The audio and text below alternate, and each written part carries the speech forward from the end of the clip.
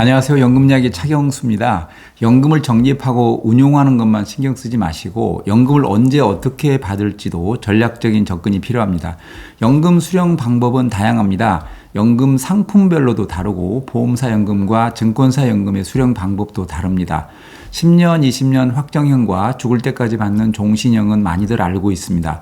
하지만 내가 원하는 시기에 원하는 금액만큼 받을 수도 있다는 건 잘 모르는 것 같습니다.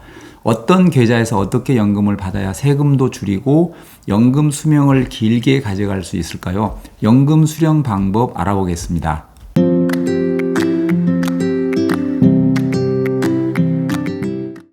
연금보험, 퇴직연금, 연금저축의 연금 수령 방법입니다.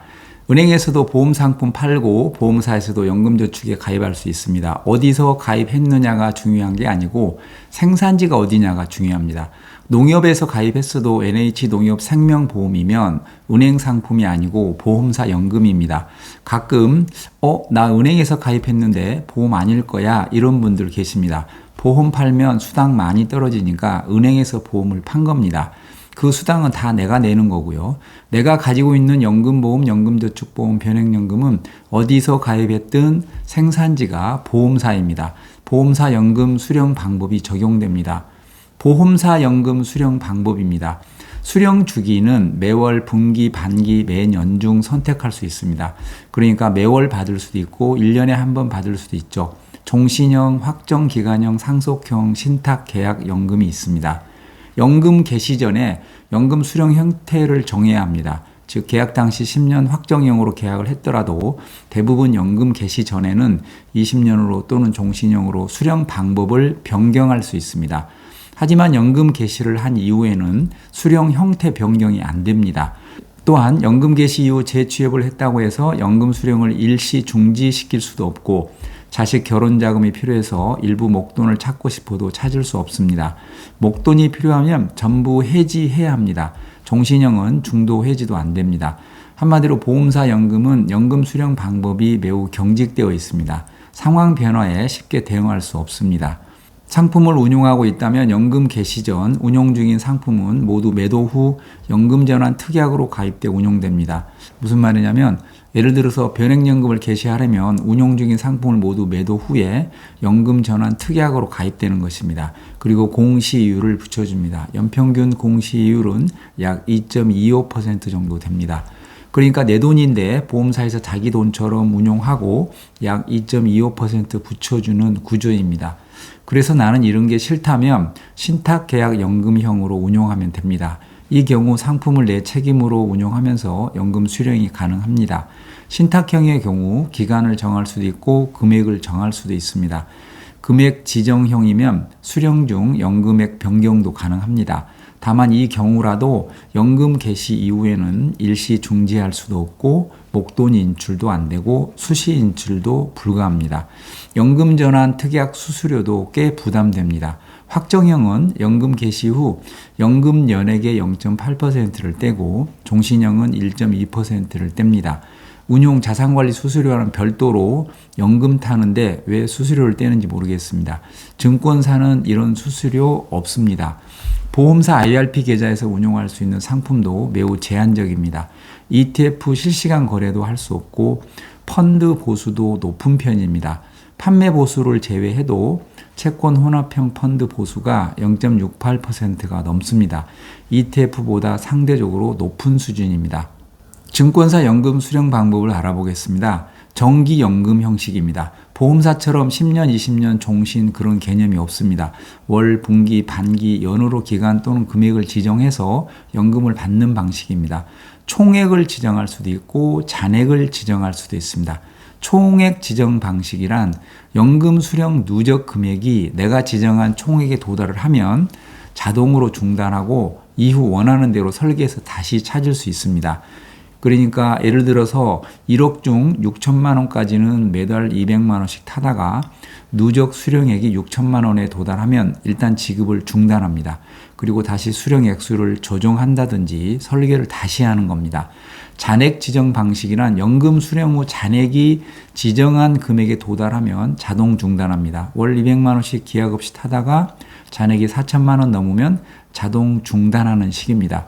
두 번째, 비정기 연금입니다. 수시로 원하는 금액을 자유롭게 찾을 수 있습니다. 60세부터 월 200만 원씩 찾다가 국민연금 나오면 월 100만 원으로 줄인다든지 수시로 원하는 금액을 자유롭게 찾을 수 있습니다. 세 번째, 일시 중지 또는 금액 변경 방법입니다.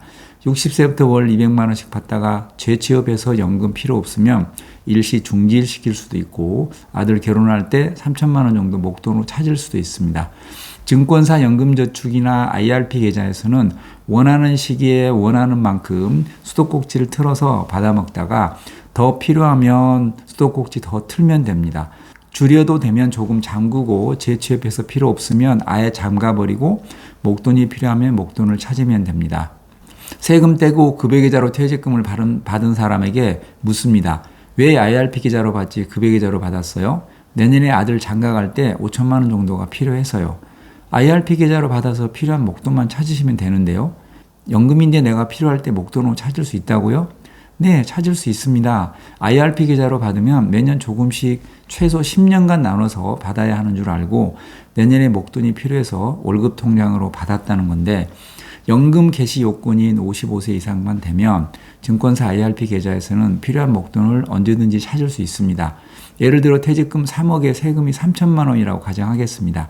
내년에 5천만 원이 꼭 필요합니다. 연금 계좌인 IRP 계좌로 퇴직급여를 받으면 내년에 5천만 원을 찾을 수 없다고 생각해서 세금 3천만 원을 떼고 급여 계좌로 2억 7천만 원을 받는 사람이 있습니다. 어떻게 받아야 하죠? 그냥 세금 한 푼 떼지 않고 IRP 계좌로 3억을 받아야 합니다. 그리고 내년에 필요한 5천만 원을 찾으면 됩니다. 물론 세금은 따로 고려해야 합니다. 연금 수령 한도 내의 금액은 세금 30%를 감면받을 수 있고 연금 수령 한도를 초과한 금액은 세금 감면을 포기하면 됩니다. 2013년 3월 이전에 가입한 연금 계좌를 잘 활용하면 IRP 계좌에 받은 3억을 한꺼번에 다 찾아도 세금 30%를 감면받을 수도 있습니다. 자세한 영상은 설명란에 링크 시켜드리겠습니다.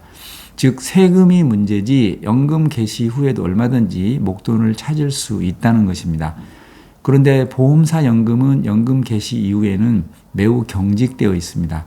수령 기간 변경도 안 되지, 목돈 인출도 안 되지, 일시 중지시킬 수도 없지.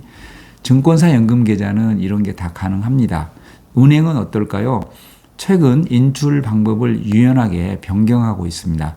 증권사에 가깝습니다. 모든 은행이 다 그런지는 모르겠지만 은행도 노력하는 건 맞습니다. 그런데 여전히 꾸린 것도 사실입니다. 55세 이후 연금 개시를 한다는데도 IRP 계좌는 일부 인출이 안 되니까 몽땅 해지하라는 등 이해할 수 없는 민원이 저에게 많이 들어옵니다. 연금 수령 방법은 증권사가 가장 유연하고 선택의 폭도 넓습니다. 보험사는 종신연금이 있어서 유리하다는 사람도 있는데 일찍 사망하면 손해고 오래 살면 득이 되는, 즉 운에 좌우되는 수령 방식이 꼭 좋다고는 할 수 없겠죠.